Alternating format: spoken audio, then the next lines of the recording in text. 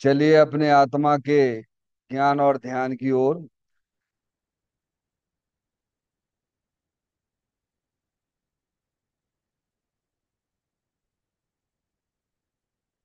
अपने चंचल मन को एवं चंचल उपयोग को स्थिर करने के लिए जिनवाणी माता के माध्यम से अपनी वर्तमान ज्ञान की पर्याय में सम्यक भेद ज्ञान उत्पन्न करते हुए शरीर शरीर से संबंधित जितने भी चेतन अचेतन पदार्थ हैं उनका मुझ भगवान आत्मा के साथ में किसी भी प्रकार का कोई संबंध नहीं है। इस प्रकार समस्त पर पदार्थों में अपने संबंध की वृत्ति को छोड़ते हुए अंदर में जो अखंड ज्ञान ज्योति स्वरूप भगवान आत्मा है उसमें ही वर्तमान पर्याय का संबंध जोड़ते हुए कि मेरा यह भगवान आत्मा सदा काल शरीर आदि पर पदार्थों से भिन्न एकमात्र अखंड ज्ञान ज्योति स्वरूप है। ऐसा अपने आप को जानो और ऐसा ही अनुभव करो कि वर्तमान में ही मेरा यह भगवान आत्मा शरीर आदि पर पदार्थों से भिन्न एकमात्र अखंड ज्ञान ज्योति स्वरूप ही है।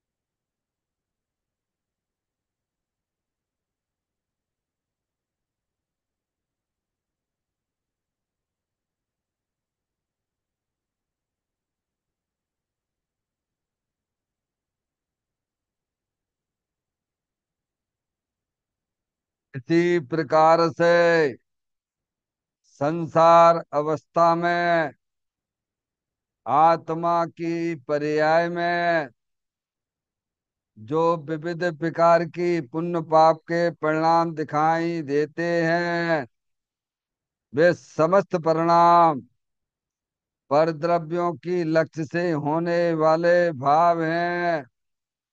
वे हमारे आत्मा का स्वभाव नहीं है।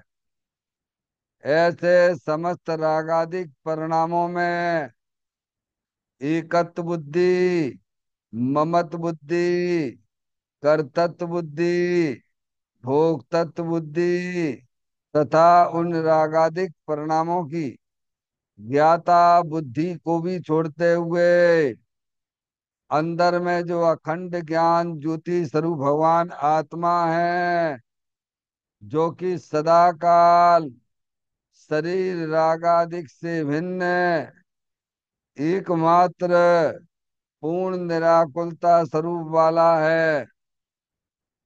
ऐसा अपने आप को जानो और ऐसा ही अनुभव करो कि वर्तमान में ही मेरा यह भगवान आत्मा शरीर रागादिक से भिन्न एकमात्र पूर्ण वीतराग आनंद मूर्ति स्वरूप है।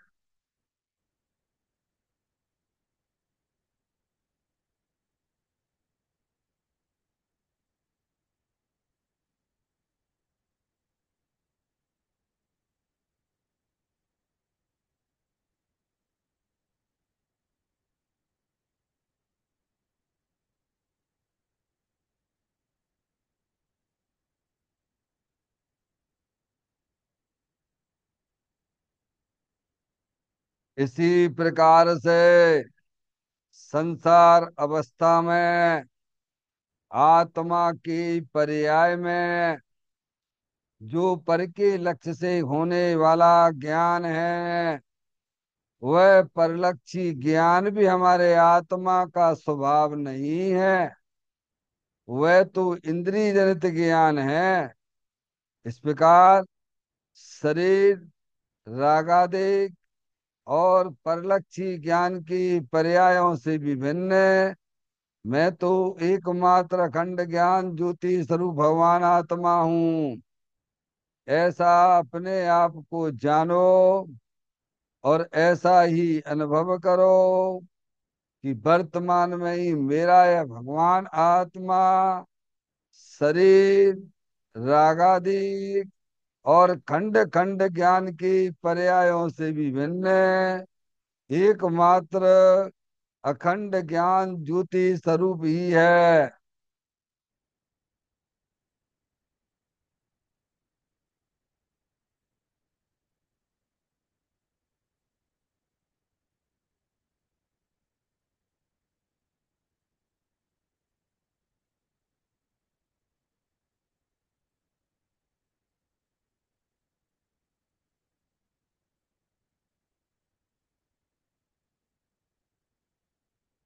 तरप कर्म भाप कर्म नो कर्म रहित शुद्धात्म स्वरूपो हम। मेरा ये भगवान आत्मा सदा काल शरीर आदि के 9 कर्मों से भिन्न है। मेरा ये भगवान आत्मा सदा काल ज्ञान वर्णादि 8 कर्मों से भी भिन्न है। मेरा ये भगवान आत्मा सदा काल मोह राग द्वेष भाव कर्मों से भी भिन्न है। इस प्रकार द्रव कर्म भाव कर्म नो कर्म तीनों कर्मों से रहित मैं तो एकमात्र परम पवित्र शुद्धात्म स्वरूप हूँ, ऐसा अपने आप को जानो और ऐसा ही अनुभव करो कि वर्तमान में ही मेरा यह भगवान आत्मा तीनों प्रकार के कर्मों से रहित एकमात्र परम पवित्र शुद्धात्म स्वरूप है।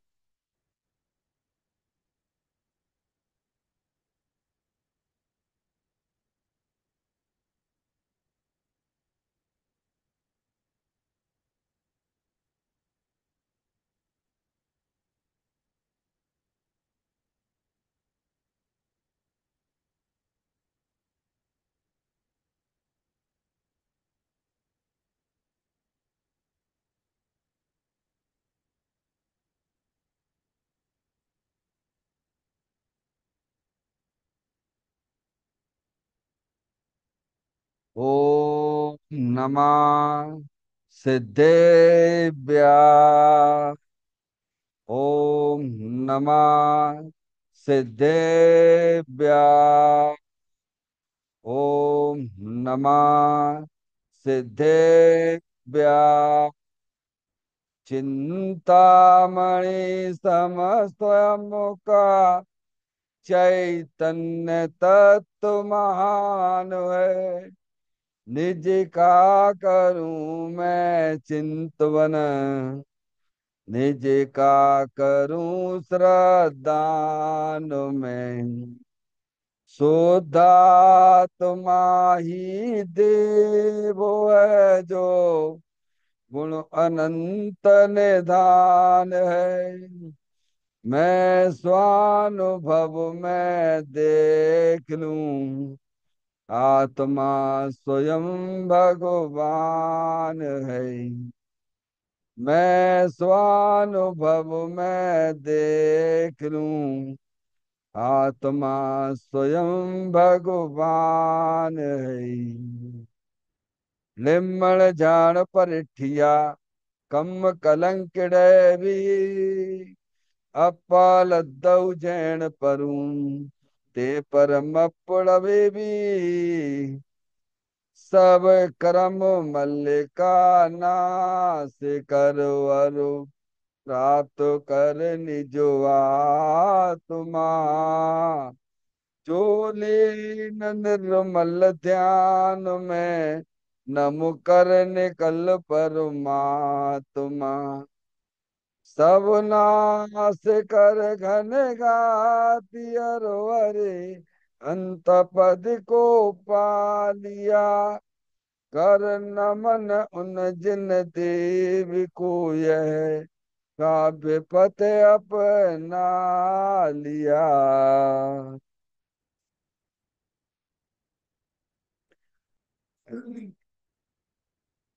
श्री योगसार जी नामक परम आध्यात्मिक ग्रंथ स्वाध्याय हेतु में विराजमान है। आज से 1400 वर्ष पहले इस महान पवित्र ग्रंथ की रचना दिगंबर संत योगेंद्र महाराज जी हुए हैं। उन्होंने इस महान पवित्र ग्रंथ की रचना की और उन्होंने इस ग्रंथ का नाम योग सार जी रखा। योग सार जी का सीधा सा अर्थ है मुक्ति के मार्ग में। योग का मतलब जोड़ होता है। किसका किसके साथ में जोड़ करना?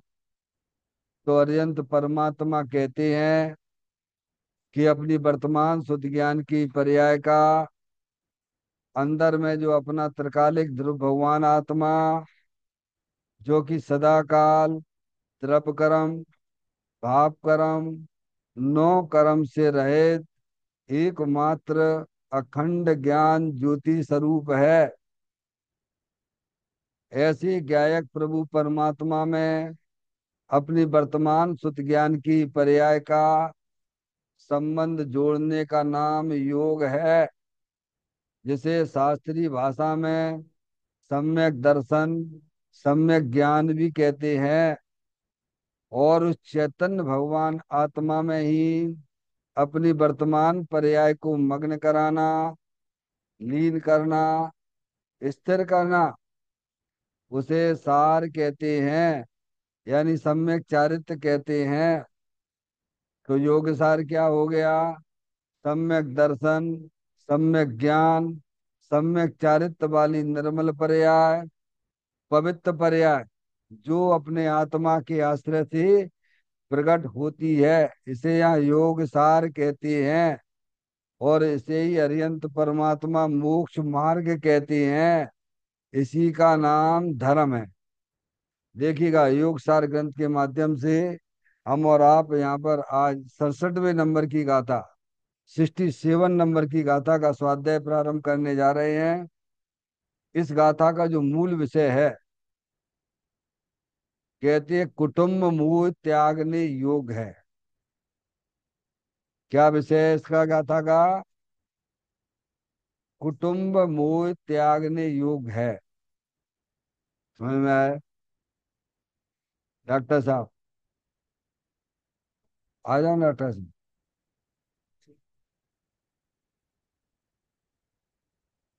किसकी त्यागने की बात की गई है? कुटुंब मोह त्यागने योग है। देखो कुटुंब को त्यागने की बात नहीं की गई है।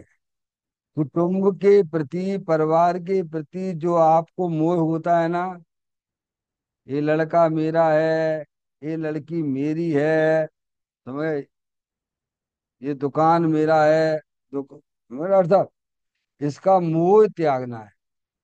कुटुंब त्यागने की बात नहीं। कुटुंब का तो त्याग करके तुम यहाँ बैठे ही हो। यहाँ डॉक्टर साहब कौन सी आपकी यहाँ पत्नी है? कौन सी आपकी यहाँ बच्ची है? या कौन सा आपका जो है कैसा हॉस्पिटल है यहाँ पर? उसका तो त्याग करके मंदिर में आए हो भाई। किसके त्याग की बात कही है? कुटुंब के प्रति जो अपनापन है कुटुंब के प्रति जो राग है उस मोह को त्यागने की बात की जा रही है। किसके त्यागने की बात की जा रही है? बात समझ में आती है? दिगंबर संत क्या कहना चाहते हैं?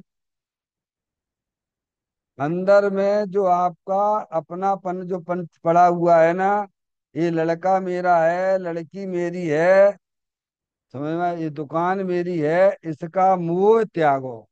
तुम्हारा तो चेतन भगवान आत्मा है, जो तुम्हारी चीज है उसे अपना जानो, उसे अपना मानो। तो ये न्याय की बात है कि नहीं है? धर्म समझना पड़ेगा भैया।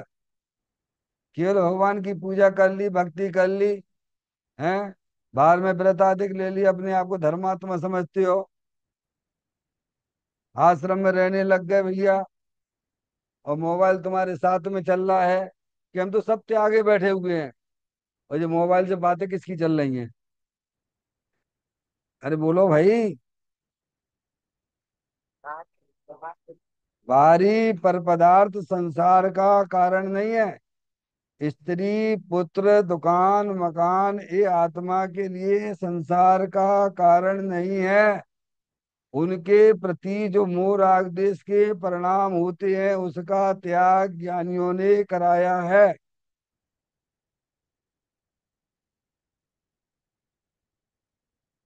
गौरव जी, मिल गया आपको? 67 नंबर का था, उसके ऊपर का हेडिंग पढ़ रहा हूँ। इस गाथा का मूल विषय क्या है? ज्ञानी किसे त्यागने की बात कर रहे हैं, और अज्ञानी किस त्याग को त्याग माने बैठा हुआ है? अज्ञानी ये सोचता है कि हमने दुकान छोड़ दी, मकान छोड़ दिया, घर गृहस्थी छोड़ दी, और आश्रम में रहने लग गए, और हम हो गए बहुत बड़े त्यागी। जीरो हो जीरो। क्योंकि अंदर में तुमने उन पदार्थों के प्रति जो तुम्हारा मोह है, जो एकत बुद्धि है, वो तो तुमने छोड़ी ही नहीं है। और संसार का कारण परद्रव्य थोड़ो है, स्त्री थोड़ो हमारा संसार का कारण है। स्त्री के प्रति जो अपनापन है, स्त्री के प्रति जो तुम्हारा राग है, वो संसार का कारण है। संसार का कारण कौन है? डॉक्टर साहब, अपन को अपनी भूल समझ में आती है कि नहीं आती है? अपन एक बार नहीं, अनंत बार, एक बार नहीं, अनंत बार द्रवलिंगी मुनि हुए। शास्त्रों के अनुसार हमने अपना आचरण भी किया। मुनि व्रत धार अनंत बार ग्रेबक उपजायो, पे निज आत्म ज्ञान बिना सुख लेस न पायो। यार, लिखा है, 6 डाला में लिखा है कि नहीं लिखा है? पंडित दौलत राम जी ने बात लिखी कि नहीं लिखी है? तुम एक बार नहीं, अनंत बार। धर्म के नाम पे इतने बड़े धर्मात्मा लोग तुम्हें धर्मात्मा कहते थे, समझ में आया? पर तुम्हें अपनी गलती समझ में आना चाहिए थी। ऐसे धर्मात्मा तो तुम अनंत बार हो चुके, लेकिन अंदर में तुमने उसका मोह तो छोड़ा नहीं उन पदार्थों का, तो वो त्याग भी तुम्हारा नहीं कहलाएगा। तुम्हें यार, वो त्याग सच्चा कब कहलाएगा? जब उन पदार्थों के प्रति, चेतन अचेतन पदार्थों के प्रति जो तुम मोह राग द्वेष के परिणाम करते हो, उनका त्याग करोगे, अपने चेतन भगवान आत्मा में करोगे, तब तुम सच्चे त्यागी कहलाओगे। तब तक अपने आप को त्यागी ना मान लेना। भूल समझ में आना चाहिए। विद्यार्थी पढ़ता है, पढ़ता है, पढ़ता है, पढ़ता है, पढ़ता है, पढ़ता ही रहता, पढ़ता ही रहता, पढ़ता ही रहता है, और रिजल्ट जीरो आ रहा है। क्यों भैया गौरव जी, ऐसा हो सकता है कि नहीं हो सकता है? इधर बात करो, हमारी तरफ। पढ़ने वाला व्यक्ति भी फेल हो सकता है कि नहीं हो सकता है? है? है? अरे भाई बताओ भाई। दुनिया समझ रही वो पढ़ रहा है, और रिजल्ट बता रहा है जीरो। तो ये कैसी पढ़ाई, ये कैसी पढ़ाई है भाई? है? क्या कह रहा है? तो फायदा कब कहलाएगा? जब उसका फल तो निकले भाई। आप भगवान की पूजा करते हो, भक्ति करते हो, हैं, समझ में आए भैया, पर उसका फल क्या आना चाहिए परिणामों में? अरे परिणामों में विशुद्धता आना चाहिए कि नहीं आना चाहिए? स्वाध्याय करते हो आप, तो उसका फल भगवान ने क्या कहा है?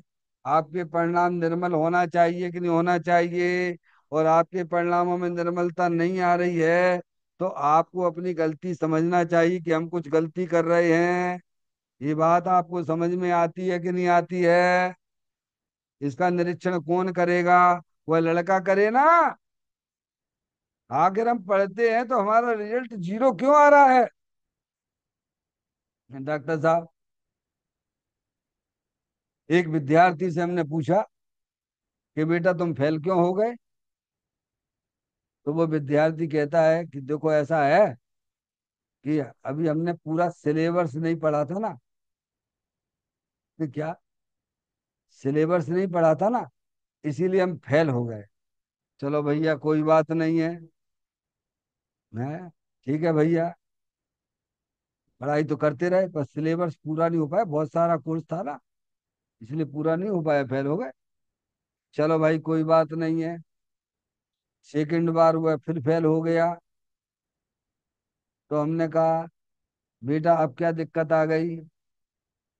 वो सिलेबस तो पूरा कर लिया था पर अभ्यास नहीं किया था।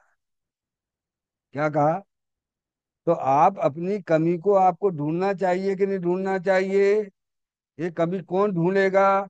जो अपनी कमी को ढूंढता है वह व्यक्ति सफलता की तरफ चला जाता है।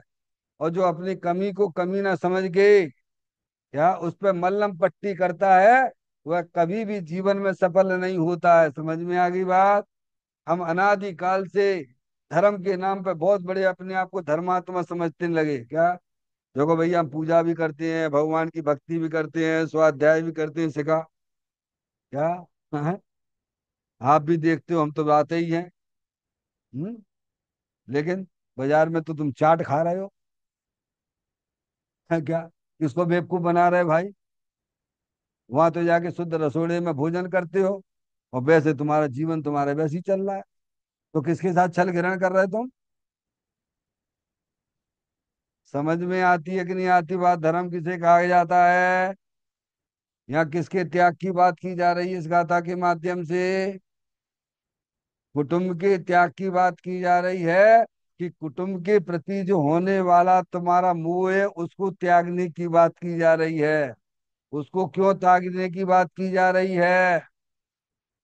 क्योंकि वही तुम्हारे संसार का कारण है। संसार का कारण परद्रव्य नहीं है भगवान। स्त्री, दुकान, मकान, रुपया, पैसा वह संसार का कारण नहीं है। उन पदार्थों के प्रति जो हमारा मोह राग द्वेष के परिणाम है, इसीलिए उनका त्याग की बात की जा रही। क्या कहा? अरे भाई जब आपने यहीं से कनेक्शन कट कर दिया, मोह राग द्वेष को आपने पहचान लिया कि हमारे संसार का कारण है, तो आप उसके साथ में मैत्रिता करोगे क्या? उस शत्रु के साथ में आप अपनी दोस्ती करोगे क्या? आपका सबसे बड़ा शत्रु कौन है इस दुनिया में? बोलो भैया। अरे बोलो भगवान। नहीं, कोई तो है। ये मत कहो कि कोई नहीं है। कोई नहीं है। तुम्हारा शत्रु तुम्हारी पर्याय में विराजमान है। जो विभाव रूप परिणति हो रही है वही तुम्हारा शत्रु है। और उसको तो तुमने गले से लगा के बैठे हुए हो। उसे तुम अपना माने बैठे हुए हो। इसीलिए ज्ञानी उसके त्याग की बात करते हैं। किसकी त्याग की बात करते हैं? एक एक शब्द को समझना, ध्यान से समझ में आया? ये गणधर की गद्दी है भगवान। गणधर का वक्ता कैसा होता है? क्यों भैया? प्राइम मिनिस्टर का पीए कैसा होगा? डॉक्टर साहब, है? उसकी कुछ क्वालिटी होगी कि नहीं होगी? है? तो समझिए आप, इस अर्थ को समझिए कि जिनवाणी माता किसका त्याग की बात कर रही है। हम तो यही समझ रहे थे, घर गृहस्थी छोड़ दी और हम तो भैया सब त्यागी हैं, हमें वैसे बहुत मिलते हैं। डॉक्टर साहब, मैं तो वहीं से निकला हूँ। डॉक्टर साहब, 8 साल आश्रम में रहा हूँ, ईमानदारी से मनुष्य पर्याय में समझ में आया। हमने सबको देखा है, सबको समझा है, तब उसके अनुभव के आधार से आपको बात कर रहे हैं। समझ में आई। ये गलती अगर अपने अंदर में चल रही है, तो अगर अपना हित चाहते हो तो उस मोह का त्याग करो। क्या परिग्रह कितने प्रकार का बताया है भगवान ने? शिखा बोलो, कितने प्रकार का परिग्रह बताया भगवान ने? अभ्यंतर और बहिरंग, 2 प्रकार का परिग्रह बताते हैं। अंतरंग परिग्रह में 14 प्रकार का परिग्रह आता है। मिथ्या, क्रोध मान माया लोभ, हास रति अरति, शोक भय जुगुप्सा, स्त्री भेद पुरुष भेद नपुंसक भेद, ये 14 प्रकार का परिग्रह अभ्यंतर है। और धन धान आदि, ये बाहरी परिग्रह है। उसे भी परिग्रह कहते हैं, परिग्रह से भी कहते हैं। वो परिग्रह बाहर का परिग्रह है। उस परिग्रह को वास्तव में परिग्रह नहीं कहते। आपका परिग्रह तो मिथ्यात्व परिणाम है। मूढ़ देश के परिणाम वो आपका परिग्रह है। डॉक्टर साहब, अब सबका तो परिग्रह आप त्याग करके बैठ गए। देखो पंडित जी साहब, अब तो हम अपने पास में कुछ रखते ही नहीं, हम तो बहुत बड़े त्यागी हैं। और मोबाइल तुम्हारा चल ही रहा है। क्या क्या चल रहा है? अरे भैया, सबसे पहले तो उसी का त्याग करो भगवान। मैं तो उन ब्रह्मचारियों से कहना चाहता हूँ जो बाल ब्रह्मचारी हैं, उन्हें ब्रह्मचर्य लेने से पहले उस मोबाइल का त्याग करना चाहिए। क्या कह रहे हैं भैया?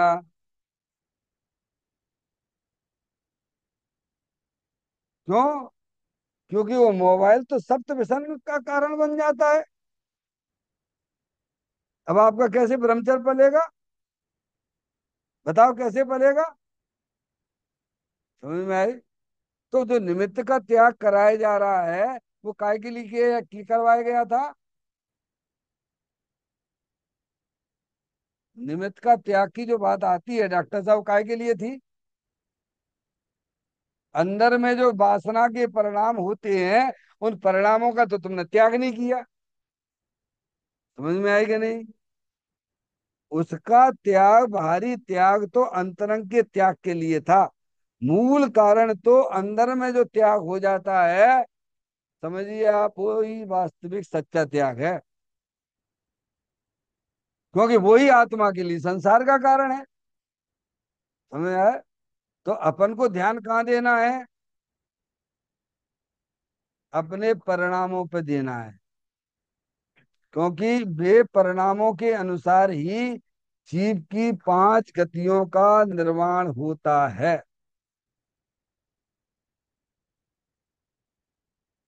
कितनी गतियां होती हैं वंदना?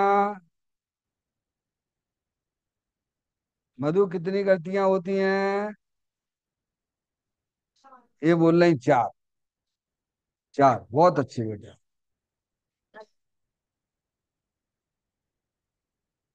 तुम आगम हो, आगम। समझ गए? इसका नाम आगम है। ये यहाँ पढ़ने के लिए आया है विद्यार्थी, समझ गए, 2.5 दीप में। समझ नहीं आप? 4 गति बोल रहा है आगम से, ठीक है। और अध्यात्म से बोलोगे तो 5 गति फैलाएंगे। आगम में 4 गतियां बताई। हाँ, 5वीं गति होती है मोक्ष। मोक्ष भी गति है। हाँ, समझ गए आगम?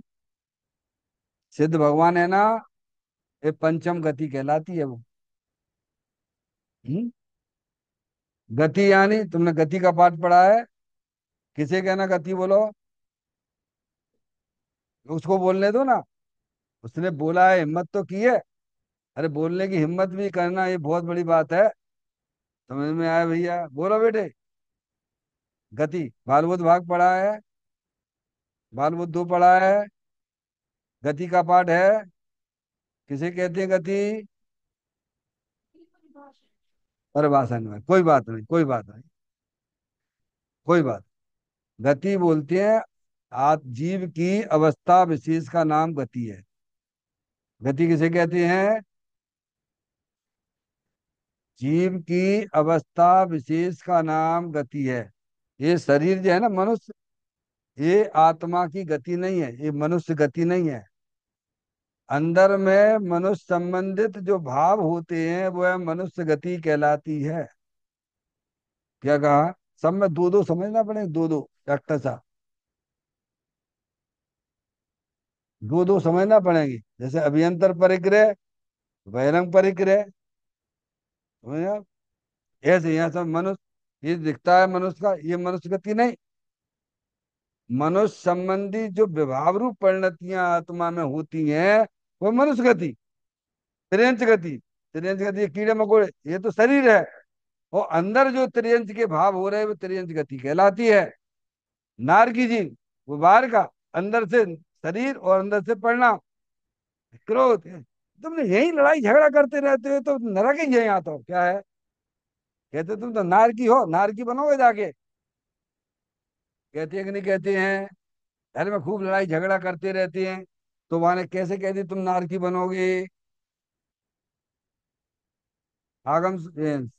समझ रहे भैया गौरव जी? अपने घर में कहते हैं कि नहीं कहते हैं? तुम लड़ाई झगड़ा करते रहते हो, जरूर तुम नरक में जाने वाले हो। तो माने किस अपेक्षा से कह रही बताओ? है? वो शांत रहता, बिल्कुल शांत, वाक्य जो लेने देने। ये तो देव है, देव गति में जाएगा। तो परिणामों से मालूम पड़ता है ना, परिणामों से ही गतियों का निर्माण होता है ना। तो पांचों गतियों का निर्माण करने वाला आत्मा स्वयं है ना। समझ में आ गई बात भैया?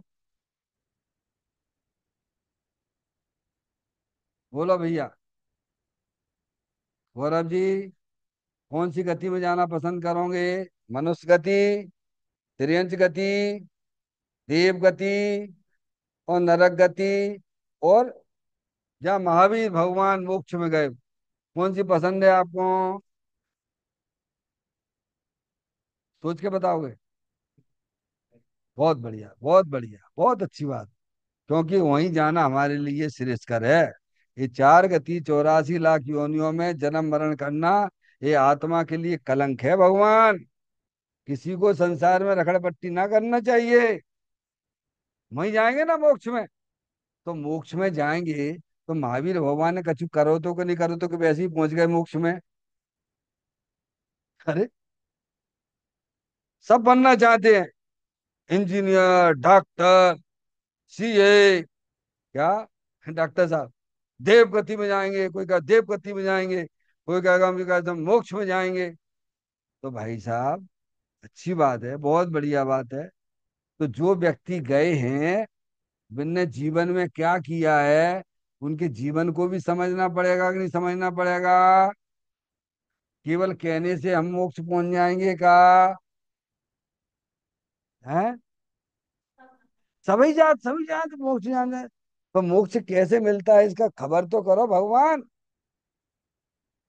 उन्होंने सबसे पहले संसार का मोह को त्यागा, अपने कुटुंब के मोह को त्यागा है, मिथ्यात्व का त्याग किया है। वे किसी भी परद्रव को अपना जानते ही मानते नहीं है, केवल अपने चेतन भगवान आत्मा को अपना जानते मानते हैं।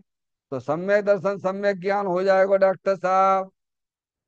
और जो जो अपने आत्मा में अपने उपयोग को रमण कराते जाओगे, वैसे वैसे ये आत्मा मोक्ष में पहुंच जाता है। ऐसे पहुंचेंगे मोक्ष में। पर ये तो बात समझो कि पांचों गतियों का विभाजन कैसे होता है? बोलो भैया डॉक्टर साहब। अपने परिणामों से ही होता है।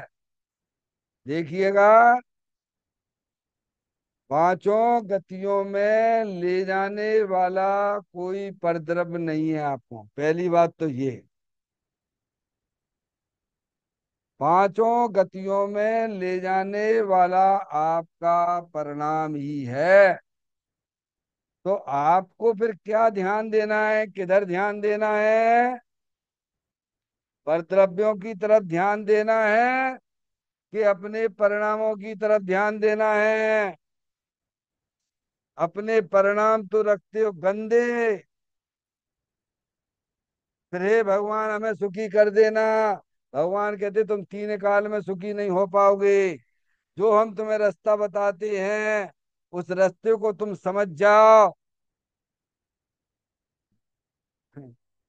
क्योंकि तुम्हारे जो परिणाम जो मोह राग द्वेष के हो रहे हैं, परद्रव को अपना जानने रूप शरीर मेरा है, ये स्त्री मेरी है, ये दुकान मेरा है, अरे ये तो परद्रव है, मेरी तो चैतन्य आत्म वस्तु ही मेरी है। ऐसा जब तुम्हें ज्ञान श्रद्धान तुम्हारी पर्याय में हो जाता है, तब तुम्हारा नाम मोक्ष महल में लिख जाएगा। क्या हो जाएगा? मोक्ष महल की प्रथम सीढ़ी, या बिन ज्ञान चरिता।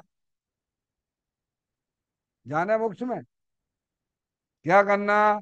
वस्तु स्वरूप का सच्चा ज्ञान करो। हमारी जिनवाणी माता भीतरागी संत हमें कहते हैं कि उस मोह को त्याग करो। और देखिएगा भैया, सबसे पहले कुटुंब के मोह को ही त्याग करने की क्यों बात करी भगवान? डॉक्टर साहब, क्योंकि तुम्हें सबसे ज्यादा तुम्हें तुम्हारी स्त्री से प्यार है, तुम्हें सबसे ज्यादा अपने पुत्रों से प्यार है। क्या कह रहा है भैया? और तुम वहीं पर अटके पड़े भय हो। समझ में आ गई भगवान? तुम वहां से अपना प्रेम ढीला करोगे तो तुम्हें वस्तु स्वरूप का ज्ञान हो जाएगा। समझ में आए भैया? वे तो परद्रव है। संसार के सब जीव से अपन को ज्यादा ज्यादा कुछ नहीं रहता है। सबसे ज्यादा मोह कहाँ अटका हुआ है? डॉक्टर साहब, एक ज्ञानी कहते हैं कि अज्ञानी जीव जो है ना, उनका उनका संसार कितना, उनके कुटुंब ही उनका संसार है। क्या कहते हैं डॉक्टर साहब? अज्ञानी का संसार उनका कुटुंब है, एक बात। और जो है विद्वानों का संसार क्या है? डॉक्टर साहब, उनका शास्त्र, उनका शास्त्र। विद्वानों का संसार, पढ़े लिखे है ना, दो तरह के लोग हैं ना। एक तो अज्ञानी है। अज्ञानी भी दो प्रकार के होते हैं। एक तो जो है बिल्कुल एबीसीडी नहीं जानते हैं धर्म की लाइन में, वे भी अज्ञानी है, तो वे घर गृहस्थी में फंसे हुए पड़े हैं। ठीक है कि नहीं? एक थोड़ा जो है शास्त्र का ज्ञान कर लिया है, लोगों को समझा देते हैं, बता देते हैं भैया, लेकिन अपनी आत्मा का लाभ नहीं लेते हैं, वे भी अज्ञानी ही हैं। तो विद्वानों का संसार उसका शास्त्र है, और प्योर अज्ञानी का संसार उसका कुटुंब है। इसीलिए सबसे पहले किसका त्याग कराया? जिससे देखो क्या होता है डॉक्टर साहब, एक वीर सागर जी महाराज हुए हैं। आपने तो नाम सुना हो, नहीं सुना हो, हमने क्या मालूम है। और उनकी दो अर्जिकाएं माता जी हैं, आज भी हैं। वीर सागर जी महाराज तो है नहीं है, वो उधर की बात है, कर्नाटक में, अखलूच वगैरह। मैं गया था, है नहीं। अब समय नहीं ज्यादा उनको आपको कहानी सुना। जब उनको दीक्षा लेने का परिणाम आया, हम्म, उन्होंने जब ये चेतन आत्मा की बातें सुनी तो उनके परिणाम में बदलाव आया, और दीक्षा लेने की बात आई। तो उनसे पूछा, बोलो तुम भाई किसका त्याग करोगे? अब उन्हें अल्सर का रोग भी था। क्या? शरीर में अल्सर का रोग भी था, तेल चिकनी इन्हीं चीजें खाने का। तो मैंने कहा मैं तेल घी का चिकनी चीजों का त्याग करता हूँ डॉक्टर साहब। सब इनके गुरु जी जो दीक्षा देने वाले, यानी जाका का तुम त्याग कर रहे जो तो तुम खाते ही नहीं हो। अरे जाका का त्याग करना? अरे तुम्हें खाने में सबसे प्रिय चीज कौन सी है ये बताओ। क्या? उसका त्याग करो। किसी को नमक, नमक के बिना का ऐसा सब्जी में क्या मजा है? तो नमक का त्याग करो ना। किसी को शक्कर प्यारी है तो शक्कर का त्याग करो ना। ऐसे ही या कुटुंब का त्याग की बात क्यों की गई है? कुटुंब के मोह के त्याग की बात क्यों की गई है? क्योंकि जीव वहीं पर अटका हुआ है। कहां पर? इसीलिए जो तुम्हारे नजदीक में कौन है, देखो, कुटुंब में है, माता पिता हैं, भाई बहन हैं, भाई, समझ में आया, आप भी रहते हो। हम्म, क्योंकि वे तुम्हें जो है ना उसी में उलझाएंगे। किस में उलझाएंगे? अरे कमाओ, रुपया पैसा कमाओ, कहाँ रखा है इसमें? कहाँ पंडित जी 1 घंटा बैठ जाते हो, 1 घंटा दुकान में बैठो, पैसा छपते हैं फटाफट फटाफट फटाफट। तुम्हारा टाइम बर्बाद हो रहा है यहाँ पे। तुम्हें काय की शिक्षा देंगे तुम्हें? यहाँ बैठने से भी मना करेंगे और तुम्हें उधर ले जाएंगे, क्या, नरक की तरफ ले जाएंगे। आप लोग अपने बच्चे को है धर्म की पाठशाला में एडमिशन करा रहे तो आप बहुत अच्छे हो। पद्मनंदी आचार्य देव ने यह बात उस ग्रंथ में लिखी हुई है। पद्मनंदी आचार्य देव ने पद्मनंदी ग्रंथ में, जो अपने माता पिता अपने बच्चों को धर्म की शिक्षा नहीं देते हैं वे उसके शत्रु हैं। कौन है? हाँ। आप मंदिर 1.5 महीने के जब बच्चा हो जाता है, 1.5 महीने के लिए बच्चे को लेके आते भगवान के पास में। क्यों लेके आते हो? वो बच्चा क्या जाने कि भगवान है कौन है, फिर भी क्यों लेके आते हो? बोलो क्यों लेके आते हो? गौरव जी, हम बताते हैं आपको इसमें।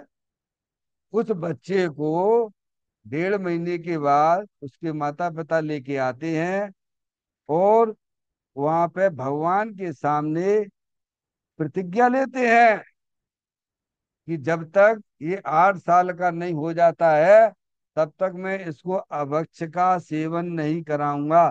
तब तक की जिम्मेदारी हमारी है। डॉक्टर साहब, ये उसके माता पिता वहां पे भगवान के सामने प्रतिज्ञा लेते हैं। उसके बाद उसकी जिम्मेदारी उसे सौंप देते हैं। देखो बेटा, 8 साल तक हमने, है, समझ में आया, नियम हम तुम्हारे पाले हैं, अब तुम देख ली उसे ज्ञान करा देते हैं। डॉक्टर साहब, समझ में आप? हम्म, बात समझ में आ रही है? हम्म। ऐसे ही हमें अपने जो बच्चे हैं उनको अगर हम धार्मिक क्लासों में नहीं जोड़ते हैं तो आप उनके शत्रु हो। आप जोड़ते हो तो आप बहुत अच्छा काम कर रहे हो। क्योंकि नहीं तो वो अब इससे प्रेम करते हो आप।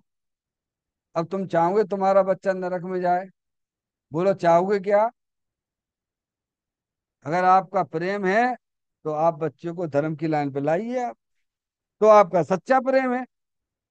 और आपने नहीं विषय भोगों की तरफ बढ़ा दिया तो वो तो तुम्हारे दुश्मन होगा के कौन हो? तो जाएगा कि नहीं विषय भोगों की तरफ जाएगा तुम्हारा बच्चा? उसकी शिक्षा दोगे आप तो वो नरक में जाएगा कि नहीं जाएगा? बोलो।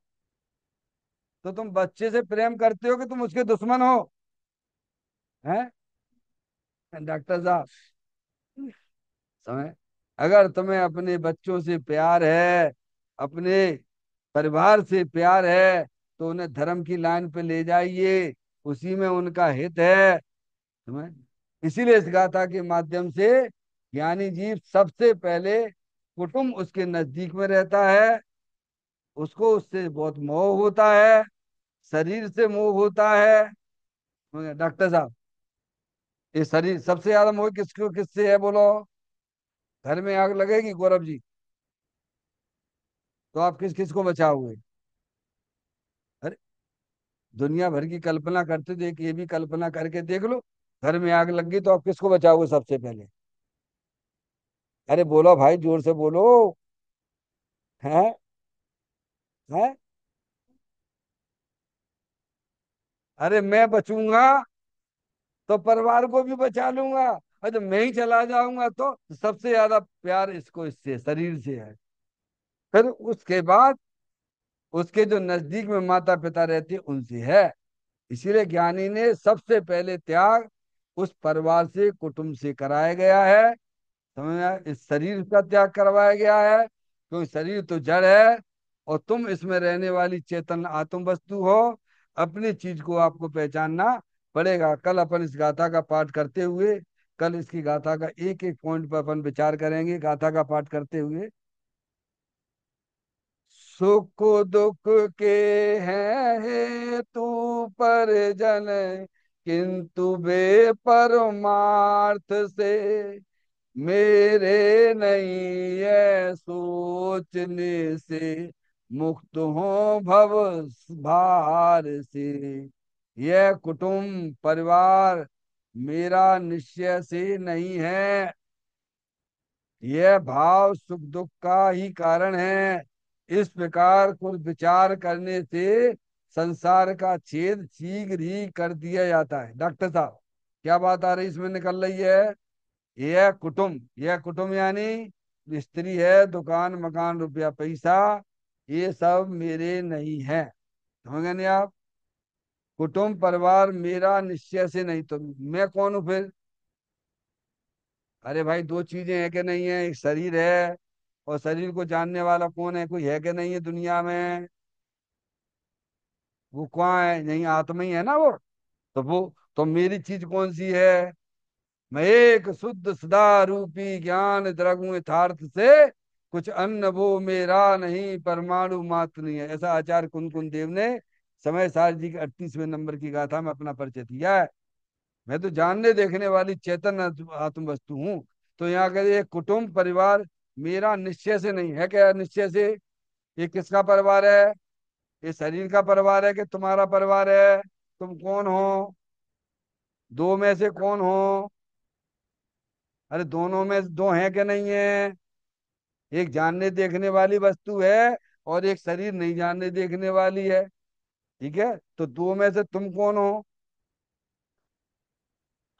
और तुम कहाँ माने बैठे हो? और संबंध तुम्हारा तुम्हारा संबंध शरीर परिवार से, शरीर से है कि आत्मा से है? अरे बोलो भगवान। है? ये परिवार का आपका बच्चे संबंध का से आत्मा से है कि शरीर से है? गौरव जी, शरीर से है ना? तो तुम, अब ये भूल हो रही कि नहीं हो रही हमारी? भूल समझ में आ रही है कि नहीं आ रही है? तो कहते हम निश्चय से तो हम आत्मा है, जानने देखने वाली चेतन आत्म वस्तु है। ये जितने कुटुंब आदि का संयोग है वो तो शरीर से है, और मैं तो निश्चय से यानी वास्तव में। तो कहते हैं ये कुटुंब परिवार मेरा निश्चय से नहीं है, वास्तव में नहीं है। यह भाव सुख दुख का ही कारण है। कौन सा? इसको अपना जानना, अपना मानना, इस प्रकार का जो परिणाम अपना आत्मा में होता है, वह परिणाम ही वास्तव में इसके संसार का कारण है। डॉक्टर साहब, मोक्ष मार्ग प्रकाशक में, इस भवोत्तर का मूल एक जानो मिथ्या भाव, ताको कर निर्मूल अब करिए मोक्ष उपाय। कौन सा भाव? मिथ्याद भाव, विपरीत मानता। जो चीज आपकी है उसे तो आप पहचानते नहीं हो। समझ में आया? तो ऐसी विपरीत मानता ही यह भाव यह भाव सुख दुख का कारण है। संसार कारण कौन है? विपरीत मानता। फिर इस प्रकार कुछ विचार करने से, देखो अब ये विचार करने, विचार मिला, मन काय के लेन मिला है? बोलो भैया, मन काय के लेन मिला है? इतनी बड़ी, देखो आप कहाँ से निकल निकल के आ रहे हो।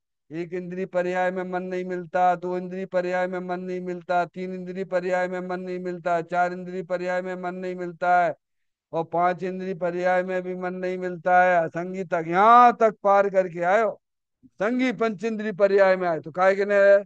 तो अपनी आत्मा का विचार तो करो। मैं कौन हूँ, आया कहाँ से, और मेरा रूप क्या, संबंध दुख में कौन है, स्वीकृत करूं परिहार का।